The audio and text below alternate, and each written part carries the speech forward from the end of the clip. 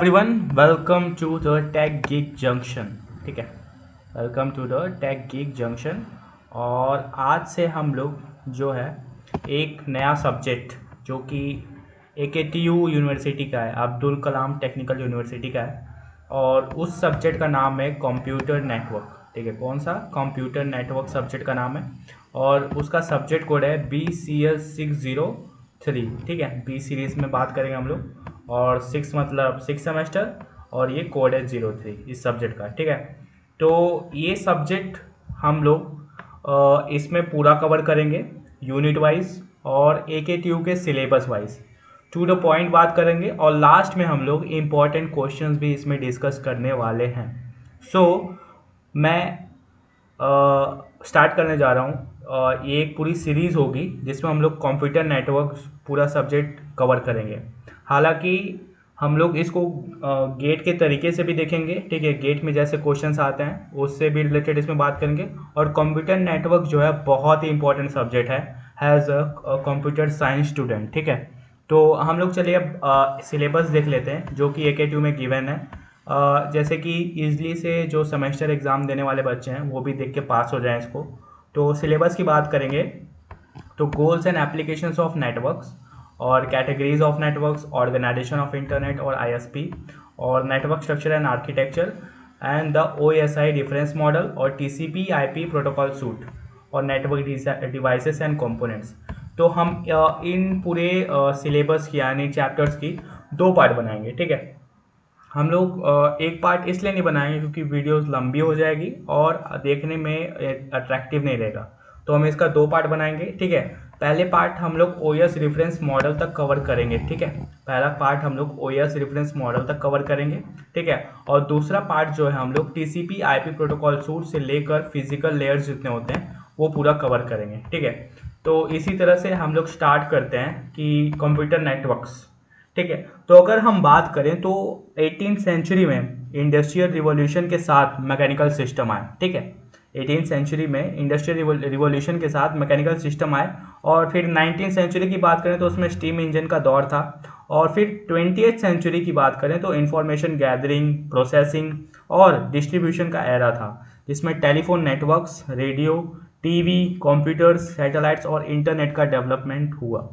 अब बात करें 21st सेंचुरी जो अभी चल रही है, 21st सेंचुरी में टेक्नोलॉजी रैपिडली मर्ज हो रही है। ठीक है, जिसमें डेटा कलेक्शन, ट्रांसपोर्टेशन, स्टोरेज और प्रोसेसिंग के बीच के गैप खत्म हो रहे हैं। पहले कंप्यूटर सेंट्रलाइज होते थे, ठीक है, एक बड़ी रूम में, लेकिन अब billions of powerful small computers interconnected हैं, जिसे कंप्यूटर नेटवर्क्स कहते हैं। ठीक है, जिसे कंप्यूटर नेटवर्क्स कहते हैं। तो कंप्यूटर नेटवर्क मतलब ऑटोनॉमस कंप्यूटर्स का एक ग्रुप जो एक टेक्नोलॉजी के थ्रू इंटरकनेक्टेड होते हैं, वायर्ड या वायरलेस। इसका गोल डेटा एक्सचेंज करना होता है। क्या होता है? डेटा एक्सचेंज करना होता है। तो अगर हम बात करें तो कंप्यूटर नेटवर्क वैसे डिस्ट्रीब्यूटेड सिस्टम, अगर दोनों में डिफरेंस देखें तो कंप्यूटर नेटवर्क्स और डिस्ट्रीब्यूटेड सिस्टम की बात करें तो अगर हम कंप्यूटर नेटवर्क की बात करें तो मशीन इंडिपेंडेंट होती है, यूज़र को अलग अलग सिस्टम दिखाती है। और डिस्ट्रीब्यूटेड की बात करें तो सॉफ्टवेयर लेयर जैसे मिडिलवेयर के थ्रू सब मशीन्स के कोहेरेंट सिस्टम लगती है, जैसे वर्ल्ड वाइड वेब WWW, ये एक हो जाएगा डिस्ट्रीब्यूटेड सिस्टम। दोनों में ओवरलैप होता है जैसे file sharing, but main difference software layer और सिस्टम ट्रांसपेरेंसी में है। ठीक है, तो अगर बात करें तो टेक्निकल डिटेल्स में जाने से पहले ये समझना जरूरी है कि लोग कंप्यूटर नेटवर्क्स में इंटरेस्टेड क्यों हैं। ठीक है, तो ये किस काम के लिए यूज़ होता है? अगर इनमें इंटरेस्ट ना होता तो शायद इतने नेटवर्क्स बनते ही नहीं। तो कुछ की कंपोनेंट से पहले क्या ट्रेडिशनल यूजेस, जैसे कंपनीज में डेटा शेयरिंग, रिसोर्सेज शेयरिंग जैसे प्रिंटर्स और फाइल्स, और कम्युनिकेशन के लिए नेटवर्क्स यूज़ होता है। इससे एफिशिएंसी और प्रोडक्टिविटी बढ़ती है। होम नेटवर्किंग की बात करें तो घर में इंटरनेट शेयरिंग, स्मार्ट डिवाइसेस को कनेक्ट करना जैसे स्मार्ट टीवीज, फोन्स, और ऑनलाइन एक्टिविटी जैसे गेमिंग, स्ट्रीमिंग के लिए यूज़ होता है। अब मोबाइल यूजर्स की बात करें, ये सब एप्लीकेशन है इसके। ठीक है, मोबाइल यूजर्स की बात करें तो वायरलेस नेटवर्क्स जैसे वाईफाई, 4G, 5G की वजह से लोग कहीं से भी कनेक्ट हो सकते हैं। रिमोट वर्क और मोबाइल एप्लीकेशन इसके बेस्ट एग्जांपल है। अब सोशल इश्यूज की बात करें तो नेटवर्क्स ने ग्लोबल कम्युनिकेशन को ईजी बनाया, लेकिन साथ ही प्राइवेसी, सिक्योरिटी और डिजिटल डिवाइड जैसे सोशल चैलेंजेस भी लाए हैं। ठीक है, तो जब अगर हम बात करें यहाँ डिफिनीशन वाइज के, तो डिफिनीशन वाइज समझते हैं। तो डिफिनीशन वाइज अगर ये कहना चाहता है तो 1900 मतलब 1977 में अगर हम हिस्ट्री में जाएं तो 1977 में एक डिजिटल इक्विपमेंट कॉरपोरेशन के प्रेसिडेंट थे, ठीक है, जिनका नाम था केन ओल्सन। उन्होंने कहा था कि किसी भी व्यक्ति को घर पर कंप्यूटर की ज़रूरत नहीं है, लेकिन हिस्ट्री ने कुछ और कर दिखाया। क्या कि आज के टाइम में हर घर में कंप्यूटर या स्मार्ट डिवाइसेस हैं। पहले लोग कंप्यूटर्स को वर्ड प्रोसेसिंग और गेम्स के लिए खरीदते थे, फिर इंटरनेट एक्सेस के लिए पॉपुलर हुआ। आज के टाइम में तो सेटअप बॉक्स, ठीक है, सेटअप बॉक्स जानते होंगे, सेटअप बॉक्सेस, गेम कंसोल्स और इवन क्लॉक रेडियोस में भी एम्बेडेड कंप्यूटर्स होते हैं। तो अगर हम बात करें तो इंटरनेट एक्सेस से लोग दूर बैठकर भी इंफॉर्मेशन ले सकते हैं, शॉपिंग कर सकते हैं जस्ट लाइक ई कॉमर्स, और लोगों से कनेक्ट हो सकते हैं। जैसे बॉब मैटकैल्फे के हिसाब से एक नेटवर्क की वैल्यू उसके यूजर्स के स्क्वायर प्रोपोर्शनल होती है, जिसे मैटकैल्फे लॉ कहते हैं, ठीक है। ये मैटकैल्फे लॉ एक बहुत बड़ी चीज़ है, ठीक है, वो एक लॉ है, उसको पढ़ेंगे अभी आगे जाके कंप्यूटर नेटवर्क में। इसी वजह से इंटरनेट इतना पॉपुलर हो क्योंकि इसका साइज बहुत बड़ा है, ठीक है। अब हम लोग बात करेंगे डिफिनीशन वाइज, ठीक है। अब डिफिनीशन वाइज बात करते हैं। तो यहाँ पर डिफिनीशन लिखा हुआ है कि computer network is a collection of interconnected devices. तो कंप्यूटर नेटवर्क जो है एक ऐसा सिस्टम है जिसमें कनेक्टेड डिवाइसेस एक दूसरे से रिसोर्सेज शेयर करते हैं और कम्युनिकेट करते हैं। तो ये मल्टीपल डिवाइसेस जैसे कंप्यूटर, सर्वर्स, राउटर्स को डेटा एफिशिएंटली एक्सचेंज करने की फैसिलिटी देता है। और बात करें तो नेटवर्क रिसोर्सेज शेयरिंग अलाउ करते हैं, जैसे प्रिंटर्स, फाइल्स और इंटरनेट एक्सेस, ठीक है। और बात करें तो नेटवर्क कम्युनिकेशन का फैसिलिटेट करते हैं, जैसे ईमेल्स, वीडियो कॉल्स और मैसेजिंग। और बात करें तो नेटवर्क्स ऑर्गेनाइजेशन में एफिशिएंसी इंप्रूव करते हैं क्योंकि सेंट्रलाइज मैनेजमेंट का ऑप्शन मिलता है, ठीक है। तो अब हम लोग कंप्यूटर नेटवर्क को तो अच्छी तरह से समझ चुके हैं। अब हम बात करते हैं कि नेटवर्क्स हमारे पास कितने टाइप्स के होते हैं। तो नेटवर्क्स हमारे पास मेनली 3 टाइप्स के होते हैं: local area network, metropolitan area network और वाइड एरिया नेटवर्क। अब लोकल एरिया नेटवर्क्स की बात करें तो यह नेटवर्क एक छोटी ज्योग्राफिकल एरिया जैसे होम, ऑफिस, कैंपस तक लिमिटेड होती है, ठीक है। और मेट्रोपॉलिटन एरिया नेटवर्क की बात करें तो ये नेटवर्क एक सिटी या लार्ज कैंपस को कवर करता है, यूजुअली मल्टीपल लैंड्स को कनेक्ट करता है, ठीक है। और फिर वाइड एरिया नेटवर्क की बात करें तो ये नेटवर्क एक वास्ट ज्योग्राफिकल एरिया को कवर करता है, जैसे इंटरनेट जो मल्टीपल लैंड्स और मैन्स को कनेक्ट करता है। अब हम बात करेंगे goals and applications of networks, ठीक है। आखिर गोल्स एंड एप्लीकेशंस क्या है? तो पहला क्या है? रिसोर्स शेयरिंग, ठीक है। मल्टीपल डिवाइसेस शेयर रिसोर्सेज को एक्सेस कर सकते हैं जिससे कॉस्ट रिड्यूस होती है और एफिशिएंसी बढ़ती है। जैसे प्रिंटर्स की बात करें तो प्रिंटर्स एक प्रिंटर को मल्टीपल कंप्यूटर यूज़ कर सकते हैं। और फाइल शेयरिंग की बात करें तो यूज़र्स एक सेंट्रल सर्वर से फाइल एक्सेस और स्टोर कर सकता है। और एप्लीकेशन शेयरिंग की बात करें तो सॉफ्टवेयर एप्लीकेशन को बिना हर मशीन पर इंस्टॉल किए नेटवर्क के थ्रू यूज़ किया जा सकता है, जैसे प्ले स्टोर वगैरह, ठीक है। अब बात करेंगे कम्युनिकेशन, ठीक है। नेटवर्क्स कम्युनिकेशन के वेरियस फॉर्म्स को इनेबल करते हैं, जैसे ईमेल से आप लोग परिचित ही होंगे, इंस्टेंट मैसेज भेजना और रिसीव करना। और इंस्टेंट मैसेजिंग, व्हाट्सएप और टेलीग्राम जैसे apps real time messaging provide करते हैं। और वीडियो कॉन्फ्रेंसिंग जैसे जूम और माइक्रोसॉफ्ट टीम जैसे प्लेटफॉर्म वर्चुअल मीटिंग्स फैसिलिटेट करती हैं। अब बात करते हैं स्केलेबिलिटी। ये सब गोल्स हैं, इसको आप लोग याद रखेंगे एग्जाम में। की पॉइंट मतलब कि जैसे की पॉइंट आंसर लिखते हैं तो ये सब पॉइंट बना के लिखेंगे तो आपके लिए वेलबिंग है और आपको अच्छे मार्क्स मिलेंगे। और स्केलेबिलिटी की बात करें तो नेटवर्क को ईजिली ग्रो किया जा सकता है बिना सिग्निफिकेंट चेंजेस के। और न्यू डिवाइसेस को ऐड करने पर सिस्टम एफिशिएंटली ट्रैफिक हैंडल करता है, ठीक है। और फिर security and reliability, networks incorporate security measure करता है, ठीक है। नेटवर्क जो होता है वो सिक्योरिटी मेजर इनकॉर्पोरेट करता है, जैसे इंक्रिप्शन, फायरवॉल्स और रिडंडेंसी, ठीक है। अब हम बात करते हैं एप्लीकेशन ऑफ कंप्यूटर नेटवर्क्स।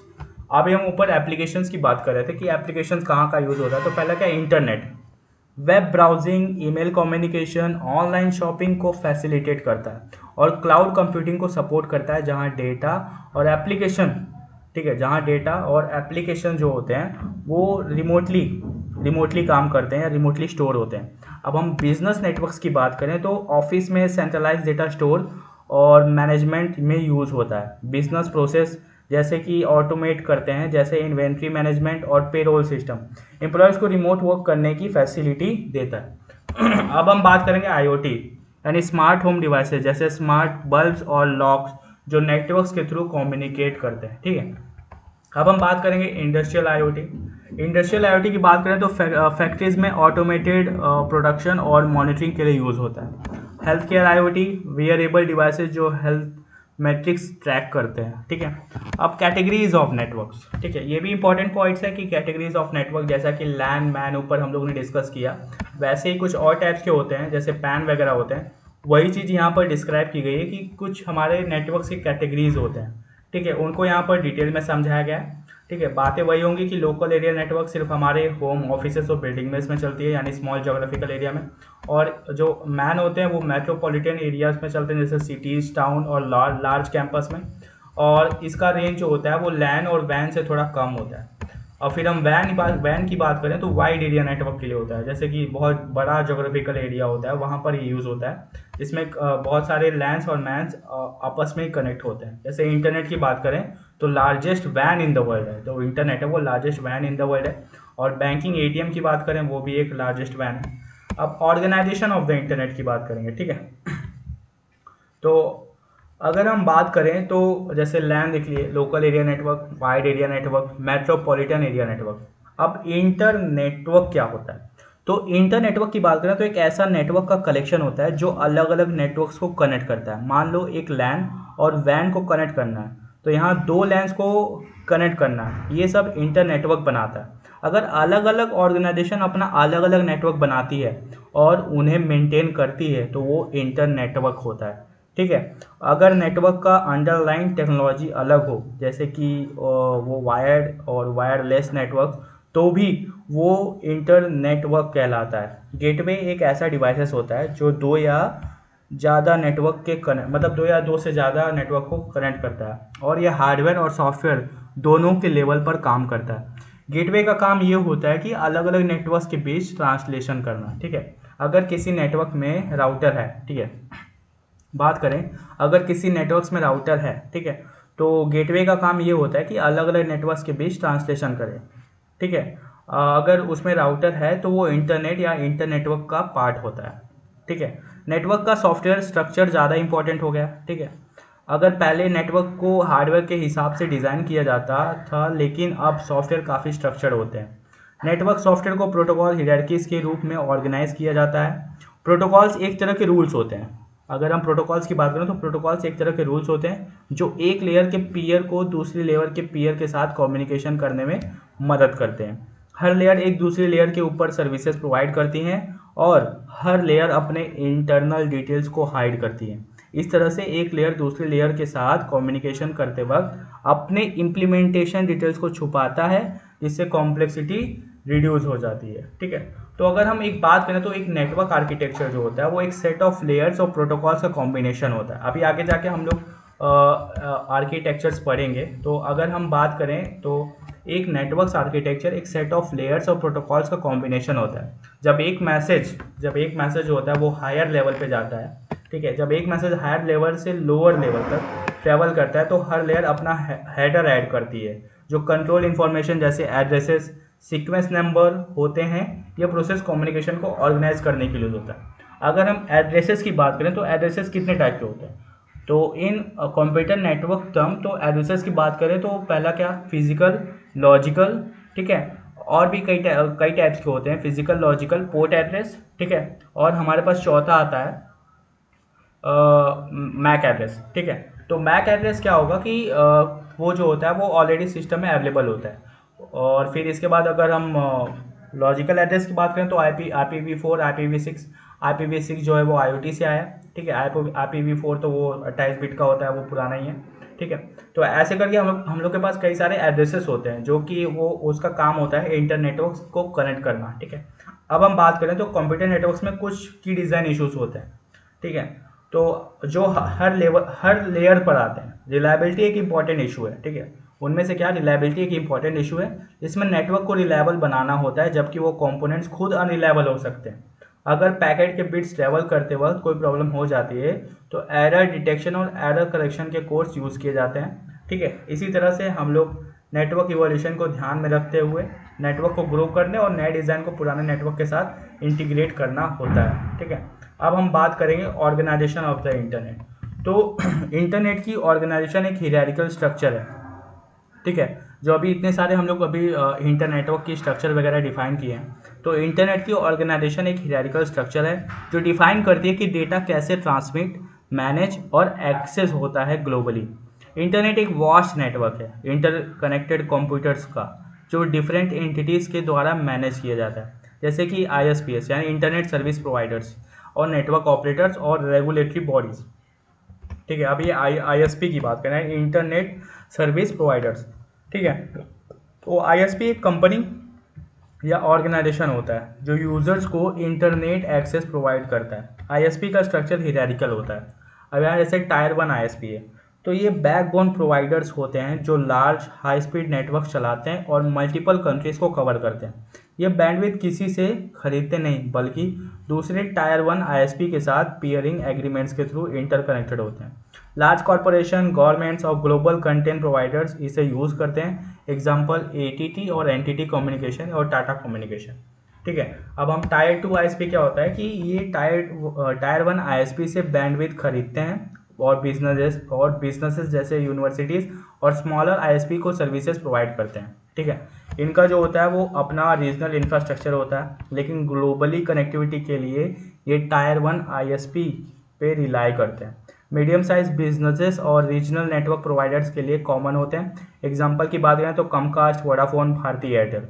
अब बात करते हैं टायर 3 ISP क्या होते हैं। तो ये लोकल ISPs होते हैं जो टायर 2 ISP से बैंडविड्थ खरीदते हैं। ये सर्विसेज प्रोवाइड करते हैं होम्स, स्मॉल बिजनेसेस और लोकल इंस्टीट्यूशन को, जैसे ब्रॉडबैंड, DSL और fibre optic connection. Example local cable और प्रोवाइडर्स इन स्पेसिफिक सिटीज़। अब ये नेटवर्क आर्किटेक्चर जो अभी इतना सारा ऊपर से हम लोग बात किए नेटवर्क आर्किटेक्चर के बारे में, उसके हम लोग 2 टाइप पढ़ेंगे, पीयर टू पीयर और क्लाइंट सर्वर आर्किटेक्चर। ठीक है, तो पीयर टू पीयर क्या कि एक डिसेंट्रलाइज मॉडल है जिसमें डिवाइस बोले तो नोड और क्लाइंट और सर्वर दोनों का काम करता है। सेंट्रलाइज अथॉरिटी नहीं होती है। एडवांटेज की बात करें तो डेडिकेटेड सर्वर की ज़रूरत नहीं, कॉस्ट कम होता है, फॉल्ट टॉलरेंट होता है क्योंकि सिंगल पॉइंट ऑफ फेलियर नहीं होता, स्केलेबल होता है। अब डिसएडवांटेज की बात करें तो मैनेज और सिक्योर करना मुश्किल होता है डिसेंट्रलाइजेशन की वजह से। अब क्लाइंट सर्वर की बात करें तो क्लाइंट सर्वर एक सेंट्रलाइज मॉडल है जिसमें सर्वर सर्विसेज और रिसोर्सेज मल्टीपल क्लाइंट्स को प्रोवाइड करता है। ठीक है, एडवांटेज क्या है? एडवांटेज सेंट्रलाइज कंट्रोल, सिक्योरिटी और मैनेजमेंट को इम्प्रूव करता है और सर्वर्स हाई परफॉर्मेंस और रिलायबिलिटी के लिए ऑप्टिमाइज होते हैं। और डिसएडवांटेज की बात करें तो सर्वर फेलियर नेटवर्क को डिसरप्ट कर सकता है। अब बात करें तो हम लोग इसके नीड फॉर लेयर्ड आर्किटेक्चर, आखिर इसकी नीड क्या पड़ी। ठीक है तो नीड की बात करें तो नेटवर्क डिज़ाइन को सिंप्लीफाई करने, इंटरऑपरेबिलिटी को इन्हेंस करने और मॉड्यूलरिटी इंश्योर करने के लिए लेयर्ड आर्किटेक्चर जरूरी है। ठीक है, अब इसके बेनिफिट्स की बात करें तो मॉड्यूलरिटी और ईज ऑफ ट्रबल शूटिंग और इंटरऑपरेबिलिटी और स्केलेबिलिटी। अब मॉड्यूलरिटी की बात करें तो हर लेयर अपना स्पेसिफिक फंक्शन इंडिपेंडेंटली परफॉर्म करता है। ठीक है, और ईज ऑफ ट्रबल शूटिंग तो एरर्स को इजीली डिटेक्ट और फिक्स किया जा सकता है विद इन इंडिविजुअल लेयर्स। ठीक है, और इंटरऑपरेबिलिटी कैसे कि स्टैंडर्डाइजेशन से different vendors compatible system develop कर सकते हैं। और स्केलेबिलिटी बोले तो न्यू टेक्नोलॉजीज इंटीग्रेट की जा सकती है बिना पूरी नेटवर्क को रीडिज़ाइन किए। अब हमारे पास कुछ लेयरिंग प्रिंसिपल्स होते हैं। पहला क्या, कम्युनिकेशन को मल्टीपल लेयर्स में डिवाइड किया जाता है। और दूसरा क्या, हर layer specific set of function के लिए रिस्पॉन्सिबल होता है। तीसरा क्या, डेटा हर लेयर से सिक्वेंशियली फ्लो होता है। और चौथा क्या, कॉम्प्लेक्सिटी को रिड्यूस करता है और ट्रबल शूटिंग को इम्प्रूव करता है।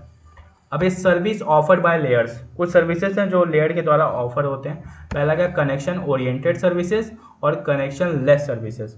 कनेक्शन ओरिएंटेड सर्विसेज क्या होते हैं कि ये डेडिकेटेड कनेक्शन इस्टेब्लिश होता है पहले, जो रिलायबल कम्युनिकेशन इंश्योर करता है, जैसे TCP बेस्ड कम्युनिकेशन में यूज़ होता है। और कनेक्शन लेस सर्विसेज में क्या होता है कि डेटा बिना डेडिकेटेड कनेक्शन इस्टेब्लिश किए भेजा जाता है। ये फास्टर होता है लेकिन कम रिलायबल होता है, जैसे UDP बेस्ड एप्लीकेशन। एग्जांपल की बात करें तो वीडियो स्ट्रीमिंग।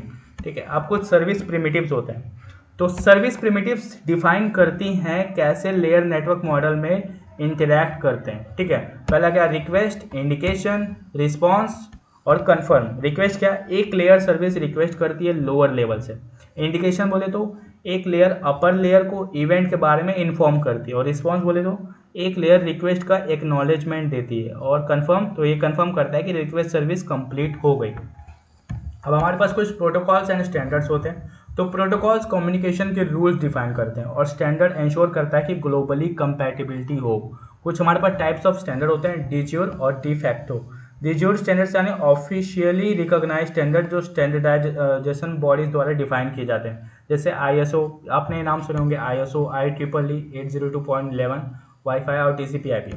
ठीक है, और डी फैक्टो स्टैंडर्ड्स वो होते हैं कि ये स्टैंडर्ड्स वाइडली अडॉप्ट हो जाते हैं मार्केट एक्सेप्टेंस की वजह से, लेकिन ऑफिशियली स्टैंडर्डाइज नहीं होते हैं, जैसे USB, HTML और विंडोज़ OS। ठीक है, अब यहाँ पर ये जो डायग्राम देख रहे हैं, यहाँ पर एक क्लाइंट सर्वर का आर्किटेक्चर है और एक P2P का आर्किटेक्चर है। तो क्लाइंट सर्वर आर्किटेक्चर क्या है, इस डायग्राम में एक सेंट्रल सर्वर है और बाकी सब सिस्टम उसके क्लाइंट्स कहते हैं। ठीक है, तो सारे क्लाइंट डायरेक्टली सर्वर को थ्रू कम्युनिकेट करते हैं। ठीक है, और अगर सर्वर डाउन हो जाए तो पूरा नेटवर्क रुक जाता है। एग्जांपल, वेबसाइट जैसे गूगल, अमेजोन और फेसबुक क्लाइंट सर्वर आर्किटेक्चर का पार्ट है।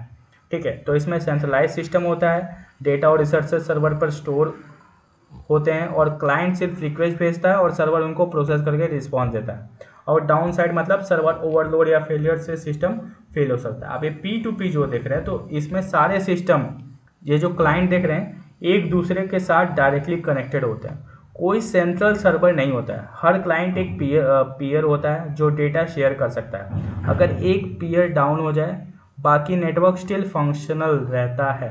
एग्जांपल जैसे टोरेंट्स यानी बिट टोरेंट यानी ब्लॉकचेन सिस्टम जैसे बिटकॉइन वगैरह। ठीक है, इसमें कुछ की पॉइंट जैसे क्या, ये डिसेंट्रलाइज सिस्टम होता है, डेटा और रिसोर्सेज डायरेक्टली पीयर के बीच शेयर होते हैं और फॉल्ट टॉलरेंट होता है क्योंकि एक पीयर के फेलियर से सिस्टम पूरा बंद नहीं होता है।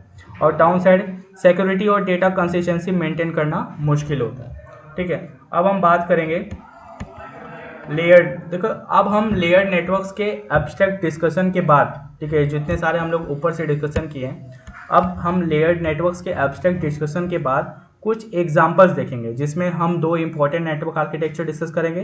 पहला क्या, OSI रेफरेंस मॉडल, और दूसरा क्या, TCP/IP रेफरेंस मॉडल। ठीक है, OSI मॉडल के एसोसिएटेड प्रोटोकॉल्स अब यूज़ नहीं होते हैं। ठीक है, लेकिन ये मॉडल काफ़ी जनरल है और अभी भी वैलिड है और हर लेयर पे जो फीचर डिस्कस हैं वो अभी भी काफ़ी इंपॉर्टेंट है।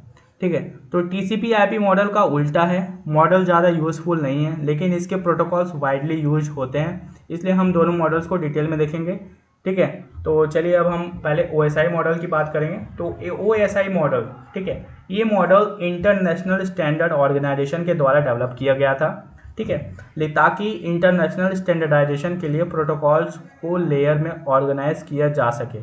ठीक है, इसे 1995 में रिवाइज किया गया। ठीक है, और इस मॉडल को ISE OSI यानी open system interconnection reference model कहा जाता है क्योंकि ये ओपन सिस्टम को कनेक्ट करने के लिए, मतलब ऐसे सिस्टम जो दूसरे सिस्टम के साथ कम्युनिकेशन के लिए ओपन होते हैं, हम इसे सिंपली OSI मॉडल कहते हैं।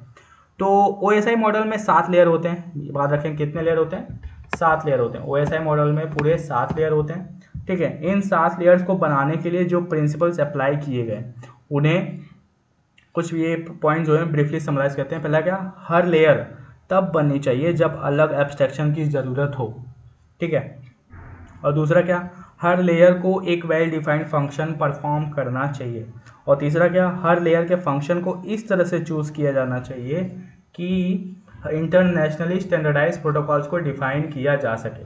ठीक है, तो अब हम बात करेंगे ये जो 7 लेयर देख रहे हैं आप, physical layer, data link layer, network layer, transport layer, session layer, presentation और एप्लीकेशन लेयर। ठीक है, तो अब हम बात करते हैं कि सीधा डायग्राम में जाते हैं। डायग्राम बहुत ज़्यादा इंपॉर्टेंट है।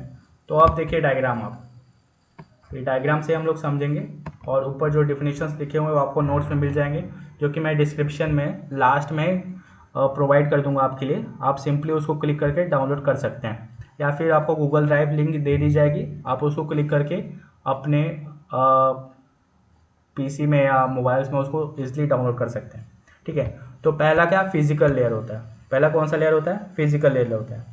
तो ये लेयर होता है कि हार्डवेयर के लेवल पे काम करता है। इसका काम है बिट्स, जीरोज और वंस को फिजिकल मीडियम जैसे वायर, फाइबर, ऑप्टिकल केबल या वायरलेस सिग्नल्स के थ्रू भेजना।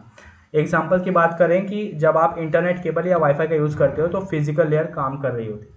ठीक है, अब हम डेटा लिंक लेयर की बात करें तो डेटा लिंक लेयर क्या है कि ये लेयर फ्रेम्स बनाती है और एरर डिटेक्शन का काम करती है। ये इंश्योर करती है कि एक डिवाइस से दूसरी डिवाइस तक डेटा सही तरीके से ट्रांसफ़र हो। अब एग्जांपल की बात करें तो जब आपका लैपटॉप वाईफाई राउटर से कनेक्ट होता है तो मैक एड्रेस का यूज़ करके डेटा ट्रांसफ़र होता है। MAC address data link layer का कॉन्सेप्ट है। ठीक है, अब बात करते हैं नेटवर्क लेयर की। तो ये लेयर पैकेट्स बनाती है और उन्हें एक नेटवर्क से दूसरे नेटवर्क तक पहुंचाती है। इसका काम है रूटिंग और एड्रेसिंग करना। एग्जांपल की बात करें, जब आप गूगल पे कुछ सर्च करते हो तो आपका आईपी एड्रेस और गूगल का आईपी एड्रेस एक्सचेंज होता है। ये नेटवर्क लेयर्स का काम है। अब बात करेंगे हम लोग ट्रांसपोर्ट लेयर क्या करता है कि ये लेयर डेटा को मैनेज करती है। यह इंश्योर करती है कि डेटा रिलायबल और ऑर्डर्ड हो। एग्जाम्पल की बात करें, जब आप व्हाट्सएप पे कोई फ़ोटो भेजते हो तो ट्रांसपोर्ट लेयर डेटा को छोटे पैकेट्स में तोड़कर भेजता है और रिसीवर के पास उन्हें दोबारा असेंबल करता है। अब हम बात करेंगे सेशन लेयर। तो ये सेशन लेयर क्या करता है कि ये कनेक्शन इस्टेब्लिश और मेंटेन करता है। ये दोनों डिवाइसेस के बीच सेशन हैंडल करता है। एग्जाम्पल की बात करें, जब आप एक जूम कॉल ज्वाइन करते हो तो सेशन लेयर इंश्योर करता है कि कनेक्शन एक्टिव रहे जब तक आप मीटिंग ख़त्म नहीं करो। अब प्रेजेंटेशन लेयर क्या करेगा कि ये लेयर डेटा को फॉर्मेट और एनक्रिप्ट करता है ताकि डेटा सिक्योर और अंडरस्टैंडेबल हो। जब आप किसी सिक्योर वेबसाइट जैसे HTTP जाते हो तो प्रेजेंटेशन लेयर डेटा को एनक्रिप्ट और डिक्रिप्ट करता है। अब आते हैं हम लोग का एप्लीकेशन लेयर, यानी लास्ट और 7th लेयर। तो ये लेयर यूज़र को सबसे करीब होती है। इसका काम है कि एप्लीकेशंस को डेटा एक्सेस करने का इंटरफेस प्रोवाइड करना। एग्जांपल की बात करें तो जब आप जीमेल या ब्राउज़र यूज़ करते हो तो एप्लीकेशन लेयर उस ऐप का डेटा कम्युनिकेशन हैंडल करता है। ठीक है, अब हम लोग इसको अगर रियल लाइफ के एग्जांपल में डालना चाहें तो व्हाट्सअप, आई होप सभी लोगों ने व्हाट्सअप तो यूज़ किया ही होगा और देखा ही होगा, सुना भी होगा। तो आप व्हाट्सअप पे एक मैसेज भेजते हो। ठीक है, तो आपका जो मैसेज लिखा और सेंड दबाया, जब आपने मैसेज लिखा और सेंड दबाया तो इसमें प्रेजेंटेशन लेयर क्या करेगा कि मैसेज को इनक्रिप्ट किया गया। ठीक है, मैसेज को इनक्रिप्ट किया गया। और फिर आते हैं हम लोग का layer 5 session layer. Session layer क्या करेगा कि आपके फ़ोन और व्हाट्सएप सर्वर के बीच सेशन इस्टेब्लिश किया। और फिर ट्रांसपोर्ट लेयर क्या करेगा कि मैसेज को छोटे पैकेट्स में तोड़ देगा। और फिर नेटवर्क लेयर क्या करेगा कि पैकेट्स को व्हाट्सएप सर्वर्स के आईपी एड्रेस तक रूट किया गया। और फिर डेटा लिंक क्या करेगा कि पैकेट्स को फ्रेम्स में रैप कर देगा। और फिर फिजिकल लेयर क्या करेगा, फ्रेम्स को वाईफाई सिग्नल्स में कन्वर्ट करके भेज देगा। तो जब रिसीवर मैसेज देखता है तो सारे लेयर रिवर्स ऑर्डर में काम करते हैं और डेटा को इनक्रिप्ट करके रीडेबल फॉर्म में लाते हैं। ठीक है, तो हर लेयर का एक स्पेसिफिक काम होता है और हर एक लेयर दूसरी लेयर के साथ काम करती है। मतलब सब इंडिपेंडेंट है, सब डिपेंडेंट है, इंडिपेंडेंट कोई नहीं, अकेले कोई भी काम नहीं कर सकता, एक दूसरे से सब इंटरकनेक्टेड है। तो यहाँ भी आपको कंप्यूटर नेटवर्क का एक बहुत ही अच्छा सा एग्जांपल भी दिख रहा है। ठीक है, और ये OSI मॉडल तो ही है। ठीक है, तो रियल लाइफ में अगर बात करें तो OSI मॉडल एक फ्रेमवर्क है जो नेटवर्किंग को समझने में हेल्प करता है। जैसे इंटरनेट हो गए, ईमेल्स हो गए और वीडियो कॉल जैसे टास्क इसी मॉडल के कॉन्सेप्ट पे काम करते हैं। तो इस तरह से हम लोग आज हाफ पार्ट कवर कर लिए OSI मॉडल तक। अब नेक्स्ट वीडियो यानी पार्ट 2 में हम लोग जो IP से लेकर फिजिकल लेयर तक जितनी बातें होंगी उसको अच्छे से डिस्कस करेंगे। और शायद नेक्स्ट वीडियोस में कुछ न्यूमेरिकल्स भी होंगे रिलेटेड टू इनकोडिंग। ठीक है, रिलेटेड टू इनकोडिंग हम लोग न्यूमेरिकल्स भी कुछ सॉल्व करेंगे जो कि इंपॉर्टेंट्स होंगे गेट के थ्रू भी और कॉम्पिटिशन्स के थ्रू भी और एग्जाम के थ्रू भी। So till then keep learning and keep growing and keep watching the Tech Geek Junction and don't forget to subscribe. Thank you for the watching.